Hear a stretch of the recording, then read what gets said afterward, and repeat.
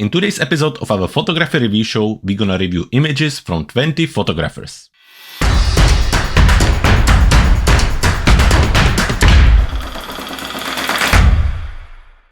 Hello everyone and welcome back to another episode of our photography review show. For those who don't know me, my name is Jakub and I'm a professional photographer based in West Sussex, England. Now for the last 2 or 3 years I've been reviewing photos of my friends and colleagues and it's been very successful, so we decided that we're gonna offer this to our photography community here at Clever Photographer. Now we receive lots of images, so we had to limit the entry to 1 or 2 photos per week. And for the same reason, we also have to divide the show usually between 2 or 3 parts. Usually we start by the first part where we review landscape photographers and then the rest of the photographers throughout the show. Now before we're gonna start, I wanted to remind you about our Clever Photographer Academy. This is a brand new Facebook group where we talk all things photography, we review your photos, we answer your photography questions, and we play lots of photography competitions. So make sure that you head to Facebook, search for Clever Photographer Academy and join us today so you have even more fun with photography. But now without any further ado, let's jump straight into the reviewing.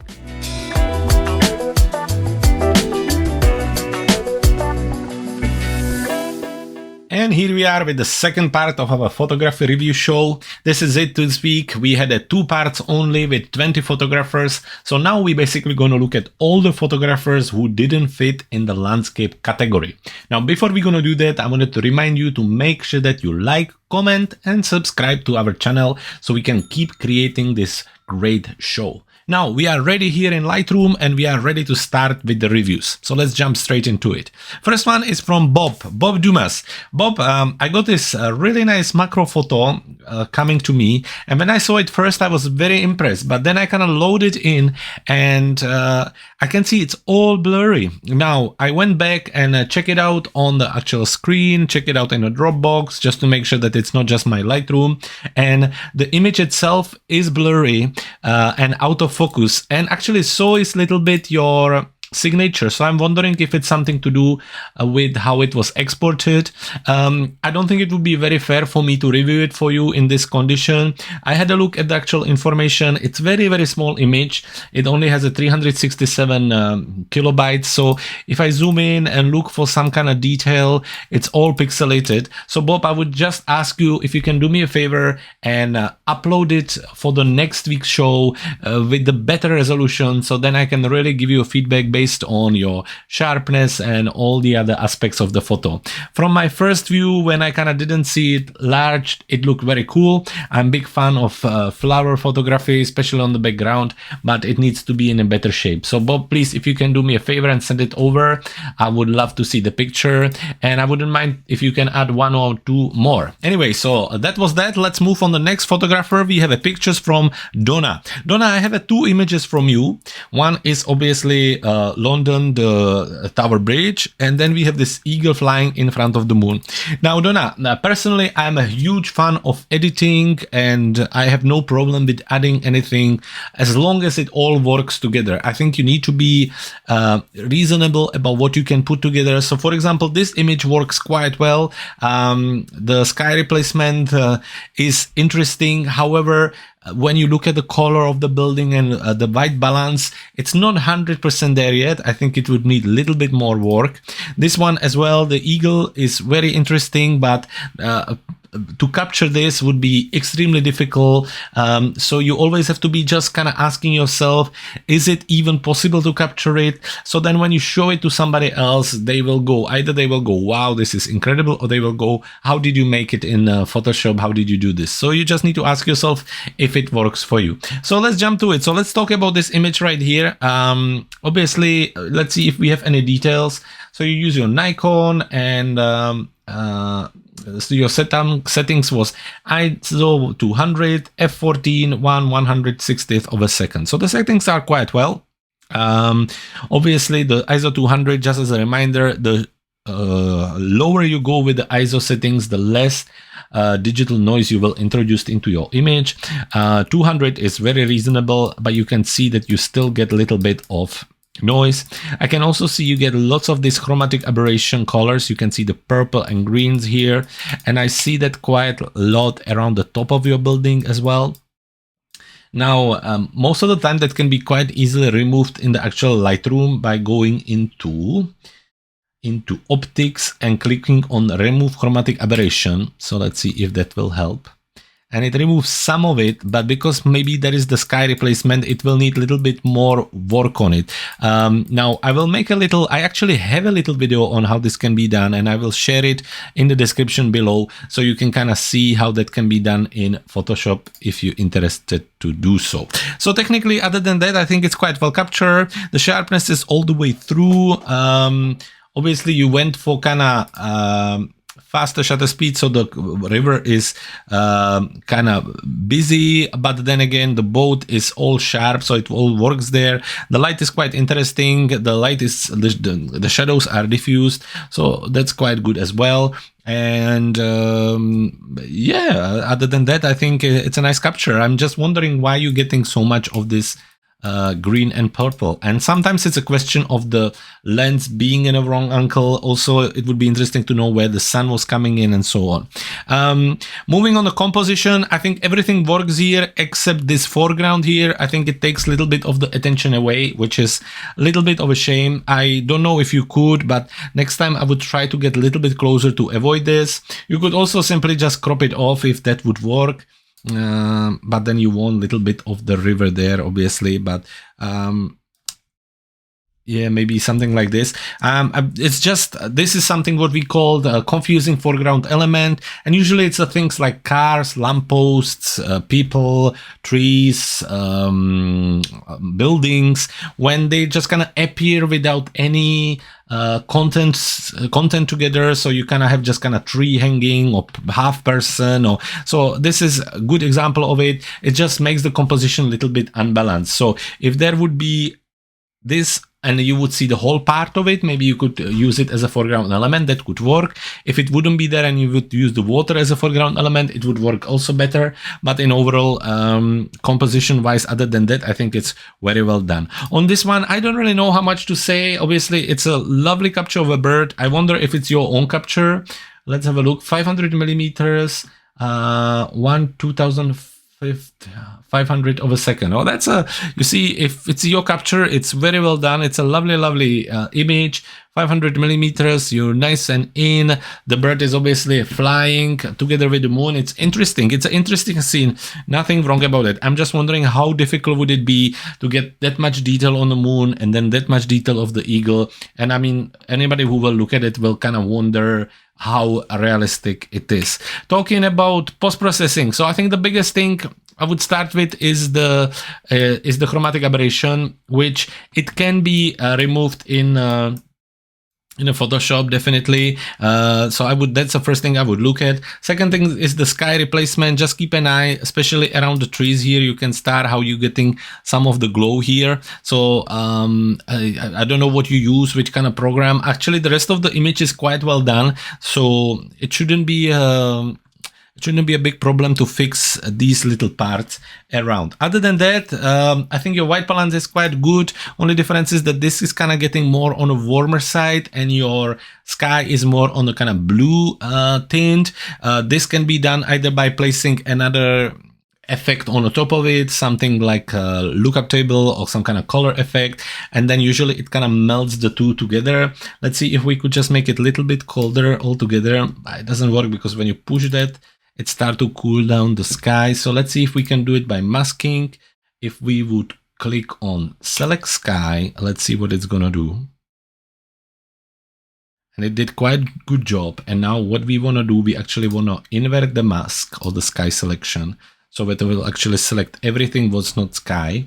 And now we can work with just what's selected. So we can make it a little bit more blue. So you see how it's starting to really bring the color together. You see how your sky is blue and now even the buildings are starting to be blue. So I think that works quite well. I would also bring down the exposure on it, because obviously if the picture would be so dark, if the sky would be so dark, your buildings would be darker as well. Maybe a little bit of contrast and definitely a little bit of clarity. So I think that's already looking so much better. Once we're done with it, we can simply just maybe add the vignette somewhere in effects. Right here, And then we could do a little bit more dodge and burn by using this brush and introducing a little bit more kind of dark parts. Not that much, but little bit. And you can see where I am going with this. And now you're starting suddenly to get really kind of strong contrasty effect with lovely sky. So let me show you before and after.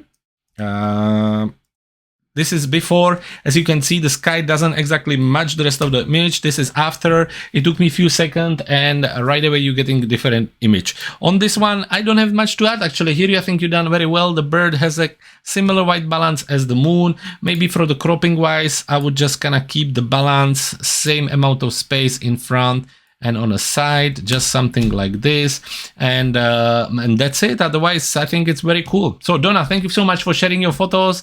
I hope to see more of them in the future. Until next time, take care. Moving on to next, Evgeny, 2 images I have from you, so let's talk about it. First of all, this one, very interesting capture. I'm a big fan of these kind of old houses and the captures. I think from the kind of first impression, I would be looking for the balance to make sure that the building is in the center of the image. I think it takes a little bit of walking around, but I hope you know what I mean. I'm kind of looking for the line going through, and that will be in the middle of my image, and then just have the each side much more balanced. So it's a little bit of shame that you kind of tilting on one side on this. On this one, on the other side, I really like. This is like almost like a fine art capture. And if you would add a little bit of the geometry in Lightroom, which would help us, hopefully, just to make sure that everything is nice and straight. And let's see if we can use it like on here. Yeah, something like this, then it's very cool. So 2 different images. I think in overall this one works a little bit more for me this time, even with the person, because it adds a little bit of storytelling into it, and well done. So let's talk about it. Technically, this one. So you see, whenever I capture a scene like this, I'm trying to get a little bit further and get more of the house than I need. So that way I know that when I'm going to come back into Lightroom or Photoshop or any editing, I will then be able to geometry fix it. I will be able to crop in the way I need and so on. Where if when I started, I also been shooting very tightly like this, and then when you get into the computer, you can't really do much more with it, because now if we would want to, let's say, fix it a little bit, at least to get maybe the house itself straight. So let's say we would go like this and like this. It helps a little bit, and now we could obviously crop it a little bit tighter so we get the similar proportions on each side. Something like this, I think.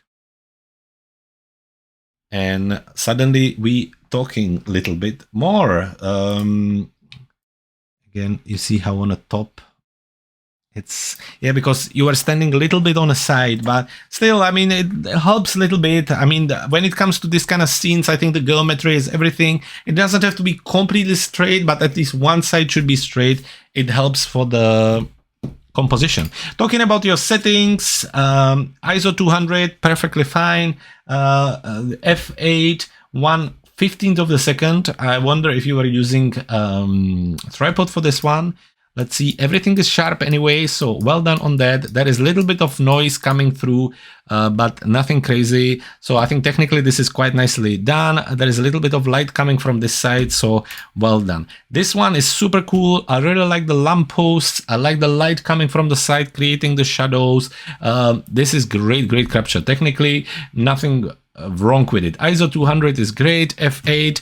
I would even go F11 just to make sure everything is sharp, or go the other way around. Just kind of try different things. Maybe go lower on my f-stop, somewhere around 4, and see if I could get blur at the back. So I would be focusing more on the foreground, and that would kind of create a little bit different depth of field. But this works as well with all the sharpness. I think is super cool. Talking about composition, I already kind of told you about this one. I would make sure, you really need to make sure that you're standing straight on, so it creates nice and balanced composition and nice and balanced scenes with this kind of pictures.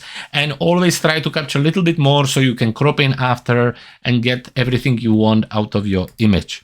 On this one, nothing I would add when it comes to composition. Obviously, you could have waited a little bit longer for the lady to be in the middle. That would be even cooler. So she would kind of be walking towards the scene, but I don't have a problem with it like this. Again, I really like the fact that the lampposts are on, and the little table here actually adds, again, a little bit of dimension and adds depth of the field. And I have to say, from the cityscape wise, I think this is one of the nicest images I saw from you, Evgeny. So well done on that.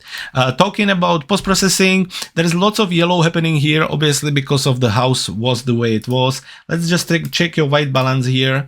And I think, especially when you're getting that much yellow, the camera starts to be a little bit confused and start to push yellow even inside of your other areas and other colors. So just keep an eye on it. Always check with the auto white balance to see what it gives you and see if that couldn't be fixed. Other than that, yes, I would crop it.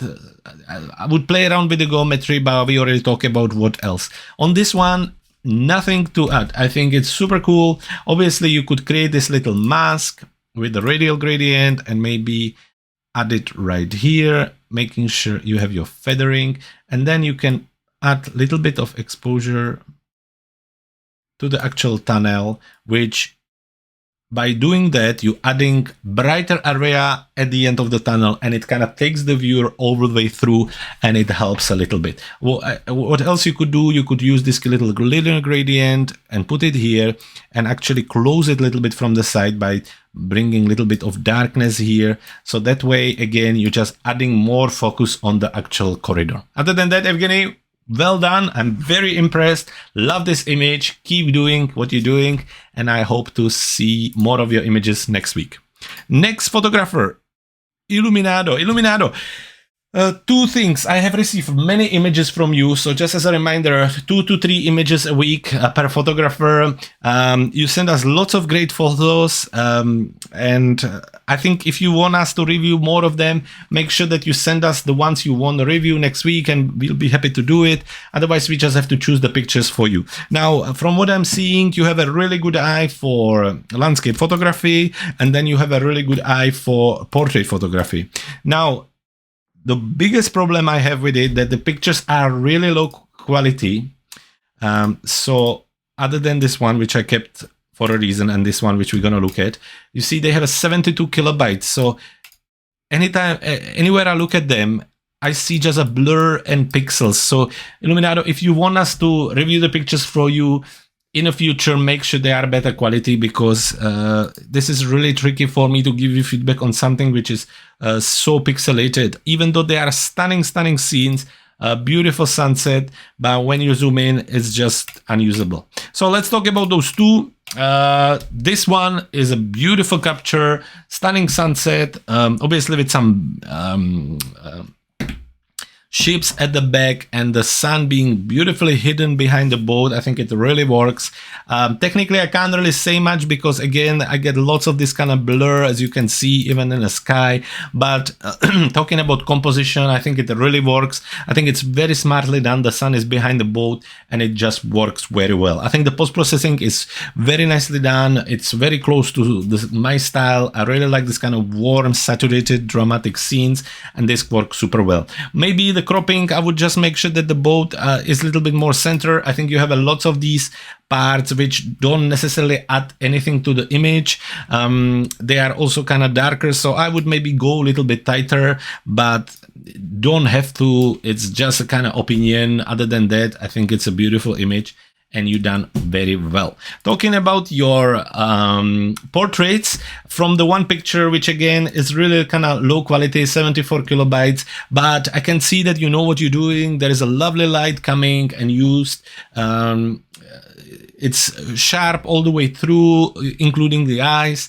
So really, my biggest wish, Iluminado, is for you to pick some nice pictures, maybe send us portraits one week and landscape one week, and send them in better quality so we can give you more feedback on them. Otherwise, thank you very much, and we hope to see your photos in the upcoming weeks. Jamie, you sent us 2 more pictures after last week's review. So I have 2 images from you. Now, this one for some reason keeps getting the sepia look on them. And then I have this portrait right here. So let's talk about it. This one, I'm not 100% sure about what is it about, what does it mean to do. Obviously, it's a kind of part of bike in some kind of living room with a flower behind it. And I'm just trying to see what the idea is. Maybe you can shoot me a message under this video to tell me what were you thinking, or if it's something interesting with the bike, but I'm not 100% getting it. Now, this image, I think it's a lovely edit. I think you tried your best, but really the lady being, I think it's all sweaty and maybe out of dancing. It just doesn't really do her a biggest favor. Obviously, she looks like in the middle of a party. So you're using this kind of watercolor effect, which is very kind of calming, vintage kind of look. And then you have this lady, which is like in the middle of some kind of party. So I think together it's difficult to match it. I know what you're trying to do, but I'm not 100% sure that it's working. And then also you get this kind of effect on the top of her head. There's some parts which are missing, so the blending isn't 100% perfect. And again, you can see it around the dress. So just something to really work on in the future. Whenever you're trying to get the portrait photography, try to get the most out of the woman. Every woman likes to look good, and that's the whole point. Or if it's like on some kind of dancing festival or anything, you want to make sure that maybe the background will be something a little bit different than this. Technically, I mean, let's see if we have any details. ISO 400, f4, 1/10 of a second. Yeah, I mean, there is nothing.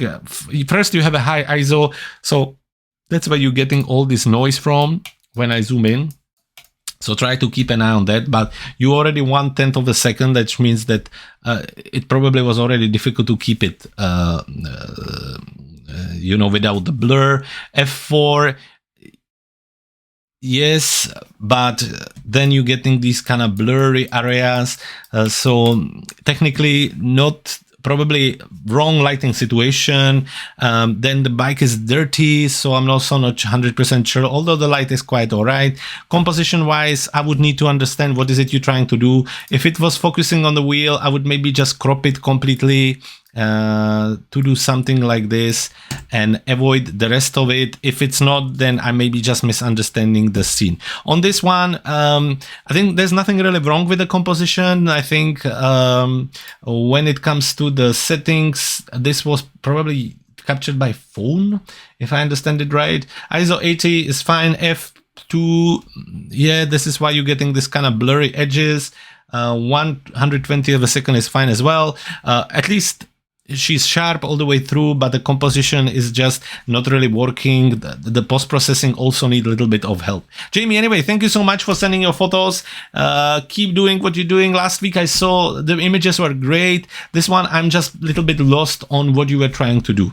Moving on, we have a Ken. Ken, we have 2 pictures from you, so let's have a look at them. Ken. So first we have these ducks with their mother. I hope it's a duck. And then we have this kind of like a lake scene with the little pier in front of you. Now, when it comes to this, first impression is that I wish you had more space here. Now, anytime you have the person moving, car moving, animals moving towards certain direction, you looking for a little bit extra space in front of them, so they have kind of place to go, where you have more space behind them. So that's just one thing to kind of keep an eye on when it comes to this one from kind of first impression. On this one, I think it needs a little bit of fixing when it comes to your geometry to make sure that everything is straight. That can be usually really easily done in the Lightroom. Let's see, you see one click and we are already so much better. Similarly, it would be good to make sure that maybe the pier is in the center of the image. Let's just see if we can help the geometry a little bit more. We're just gonna make sure that the pier is centered. Do something like this, that's great. And then the second thing, I'm just kind of seeing, I'm worried that there is maybe a little bit overexposure, so let's just hit it. And no, you done quite well there. Good. So let's jump to it. Technically, let's have a look if we have details of the image. So Nikon ISO 110, which is fine. F5 is a little bit tricky for this scene because you could get blur easily, but it's looking all right. 1/250 of a second to make sure that they are sharp. So the setting is quite well. They sharp, they all there. You get lots of wrinkles, but that's good. Shame for all the mess around, but the light is diffused. So technically there is nothing wrong with it. Technically on this one, again, same camera, ISO 100, f2.8. f2.8 is where it's tricky because obviously you're gonna get the back, which is kind of blurry and a little bit noisy. 1/6000 of a second, yes, but then that's where you get this sky with losing the detail in it. You see how, okay, it's not ever overexposed, but the texture is kind of gone. And you're also getting this kind of camera or lens or whatever it is, artifacts coming because the sun was hitting from a side. Talking about composition, I already told you what I think. I think you need extra space here. I think that would really help if possible. Other than that, I think it's quite nice. Maybe I would crop a little bit of the bottom and maybe go for more for kind of panoramatic look. So use maybe something like 16 or 9. Obviously, you want to keep the reflection in, but this already looking so much better for me. And sadly, because the colors are not the greatest, especially in the water, and it just kind of highlights lots of the noise. What I would do, I would actually turn it to black and white and then play around with it a little bit. Talking about composition, this one, once you fix the geometry, I think it's actually very nice. I think it really brings the viewer through. You almost feel like you're walking on the little pier and looking around. So I think this works really well.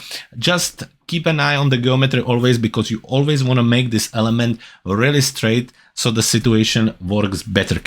Post-processing on this one, yeah, a little bit of exposure. I would definitely do some vignetting in effects here, just something like this, and that's pretty much it. Otherwise, I think it's quite nice and natural edit. On this one, as I say already, I would turn it to black and white, push the contrast, bring the blacks down to something like this and up. I would definitely add little vignette, and then I would play around with some brushing, maybe something like this, and add a little bit of exposure. Let's see. And on the little ones as well. And really see if that. Let's do another one. Brush again. And just gonna highlight the reflection. Not that much, but little bit. And same thing where we go back to this mask, or we create new mask for burning, where we bring the exposure down a little bit, and we just kind of work on these areas and do something like this, and then you're getting something interesting. So it's just because the colors originally are not that interesting. There's lots of kind of yellow and green. I think the black and white would work really cool. Anyway, thank you so much for sending your photos. If you have more, make sure you send them over. We would love to see them. If not, make sure you join us in our new Facebook group, Clever Photographer Academy. We're doing and talking lots about photography there, and we would love to welcome you. Now, next one, we have a Kevin Mini. Kevin, so I have 3 images from you, and I'm not 100% sure what I could tell you about this. Is this some kind of event photography? I'm assuming it's like a juice and wine, or maybe 2 kind of juices. So let's not worry about this one, and let's focus on the 2 other images. So we have a portrait and wildlife. So let's talk about it. Portrait, first impression. Shame for the light, I think. I think that's where it's kind of losing. I think it's a lovely lady with a lovely smile. You get the focus. Let's have a look. You get the focus quite right, actually. Lovely details. Let's have a look if we have settings. ISO 200, which is fine. F6.3, fine as well. 1/400 of a second. So that all work. You have a lovely blur on the actual tree, which is very cool. But then you get these really harsh shadows.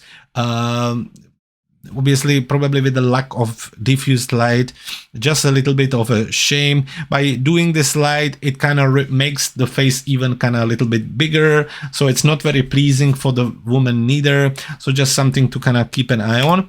On this one, it's a lovely bird, but something what I see quite often, and it's quite normal because these birds quite often staying in an environment which is sharing a similar colors to them. And I think the one thing which is a shame for you is that the actual bird is has a very similar colors as everything around him, so it's almost blending into his surroundings. So something we're going to talk about in a second about. So technically the setting of your camera is quite good actually. Obviously, as always, higher ISO, more noise, but 200 isn't a big deal, and to be honest, there is no noise coming out anyway. I think again the blur is at the back is quite pleasing.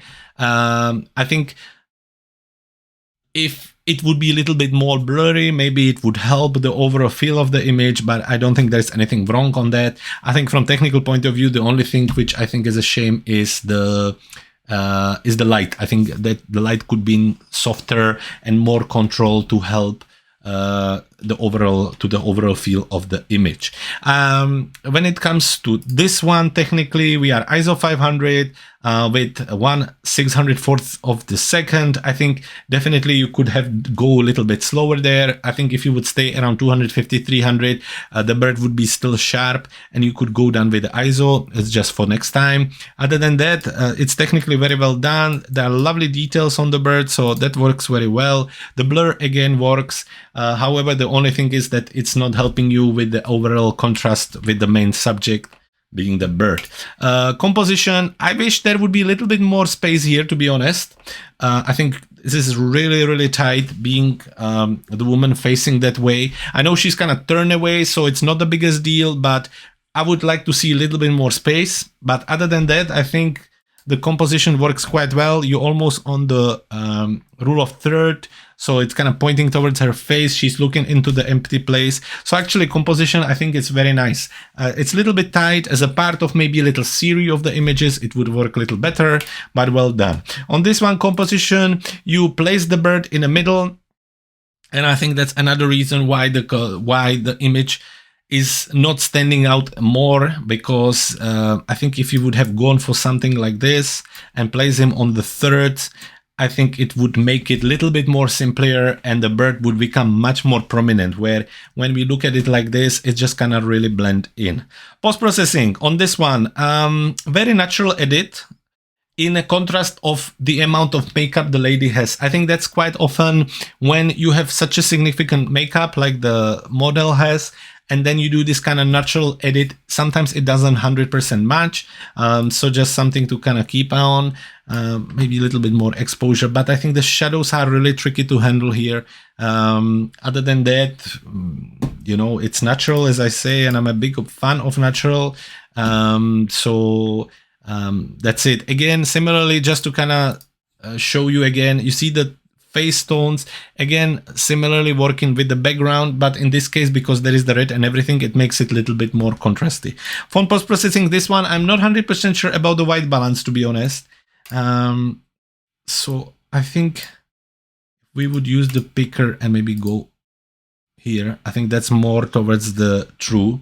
When I was saying about post-processing, I would go for the panoramic look, or not as much panoramic, but I would kind of focus on the bird. You see how I'm intentionally leaving space in front of him, so that way you can give him a space to kind of move and get maybe something like this. Now let's see if we turn it black and white. And when you turn it black and white, it actually gets quite interesting. You could use some masking and maybe brush in a little bit more light to get some more contrast.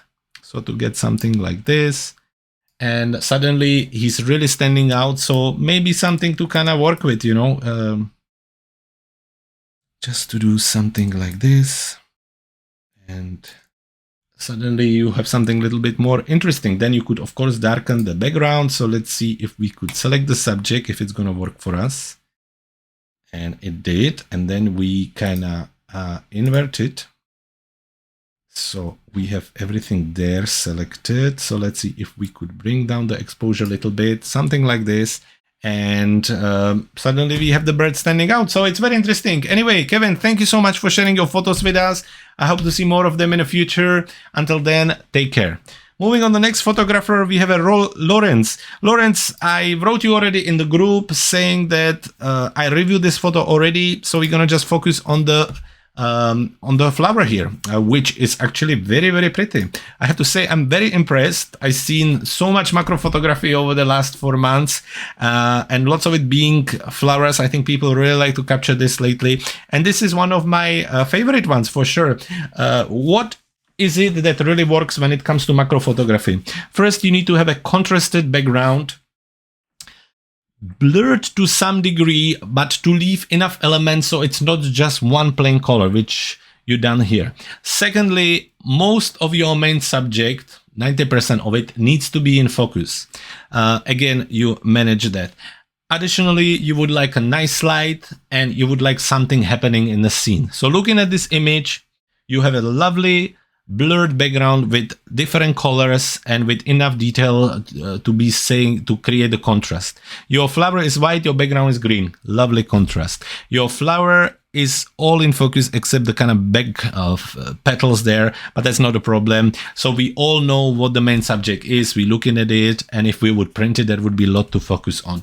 And then additionally, the drama created by the rain really works. So Laurence, well done on this one. Technically, let's have a look at the capture. ISO 500, f9, 125th of a second. Just as a reminder again, higher the ISO, more the noise. You can really see it in these parts of the image. As much as you can, try to keep the ISO down towards a 100. Use a tripod, use a monopod, whatever, so you can hold the camera, bring down the shutter speed and push the ISO down. Now, some of it can be fixed in the actual Lightroom in the detail tab, by pushing maybe a little bit of the noise reduction. The problem is once you start to push it too much, the picture actually starts to look a little bit soft. So you need to be careful with that. Otherwise, technically very well made. Talking about composition, I think it's great. I think it really is the main subject. What you want to make sure that maybe you keep a similar space on each side so the composition is nice and balanced. And then post-processing is great. I love the bouquet. I love the colors. I love the natural colors. I love the brightness. Laurence, well done. One of my favorite macro photos for a very long time. So well done on that, and send us more pictures in the future. Moving on the next photographer, Vullnet. Vullnet, we have 2 images from you, and I really like your color style. I think it's very, very interesting what you're doing. So let's talk about it. Vullnet, we have this car here, which in some way you would kind of expect the space being in front. However, it's kind of driving away. I think the first thing which kind of alarm me is your sensor dust. You can see it here. So keep an eye on your camera. Also, in the description of this video, there is a actual video tutorial on how you can remove this sensor dust and the noise. It's really easy, and that kind of take attention away. So you just use this noise removal tool, and that's it. Better already, perfect. So there's one more. Sure. Other than that, I really like it. I think it's cool. On this one, very interesting.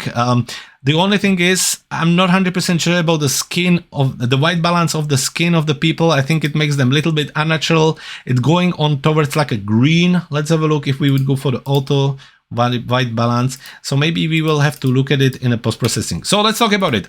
Technically this one, let's have a look at the information. ISO 400, f6.3, 1600 of a second. The setting isn't necessarily wrong. Obviously, as always, keep an eye on your ISO. The higher you go, more digital noise you're going to introduce to your images. f6.3 is fine. It created nice depth of field with the foreground being blurry. So that works. 1600 of a second. Just tell me that you could easily have gone down with the ISO and maybe have a little bit lower shutter speed. Other than that, I think there is a texture in the sky. Sharpness is there. The light is quite interesting. Nothing wrong with it. Lovely. Now this one, what we have, ISO 320, 1/250th of a second to make sure that everything is nice and sharp. f14 again works. Everything is sharp. There is a texture in the sky, the exposure is very well done. The fact that they're dancing here brings nice diffuse light on them. Well done on that. On post-processing, I really like this one. I like the effect of this kind of this color of the sky. I think works quite well. I don't really have much to add on this one other than the removing of the sensor dust. That's something to keep an eye on. On this one, I really think that you need to keep an eye on the people and their skin tones. Let's see if we could just select subject. Let's see if it's going to actually select the people, and it did. And the only thing is I would kind of fix it inside, just kind of push it and do something like this. So you get a natural color on the actual people and the rest of the image can stay in the tone you like. Let's see before and after. You see how they were kind of blue greenish and now they get a nice yellow color. I think it would really work. Vullnet, thank you very much for sharing your photos. We would love to see more of them in the future. Make sure you send them over. Otherwise, until next time, take care. And moving towards the last photographer of the week, we have John. John, it wouldn't be a photography review show if we wouldn't get images from you. This week, what we're looking at? So we have more of the dishes. So first one with kind of texture behind and some kind of brown vignette above. And this one with another texture behind and heavy black vignette before. John, keep an eye on the vignette. I think if you're adding it, for example, this one I think would work, but you want it a little bit more transparent, a little bit more see-through, so it's not as defined and it doesn't take all the attention away. I think this is a great capture. I really like the light. This one as well, standing, I wonder if it was actually standing on the wood, which is very pretty. I'm not 100% sure about the choice of the background in this case, how it matches together, but again, keep an eye on the vignette. I personally add vignette to most of my photos, but I always make sure that they are more transparent rather than so defined like this. Talking about camera settings, you know, after all these weeks, I can't really add much. You're keeping your ISO nice and low the way it should be. You're working with your f-stop. Obviously, you could keep your f-stop a little bit lower to get more depth of the field. So use a tripod, and then here you are, for example, on 2.5 seconds. So you should go for something like f4 or even smaller and see what it's gonna do for you. So otherwise, technically, I think it's very well done. Composition, it's very interesting. I prefer this one compared to this one. I think the selection of the colors, it's also tricky because you're getting different kind of white balance all the way through. And as I can see also, probably because it was white, it was a bit more tricky to select. So you can see a little bit of the original background kind of popping out.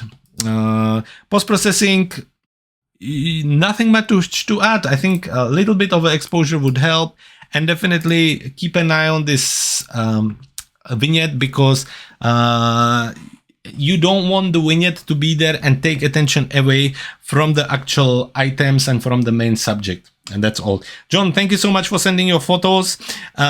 Just one thing maybe for next time, try to position them a little bit in front of each other to create a little bit more depth of the field. Other than that, thank you very much for sending us your photos, and make sure you send us more photos in the future. Now the same goes, guys, for all of you. If you want to join us, make sure you go to our website, cleverphotographer.com/review.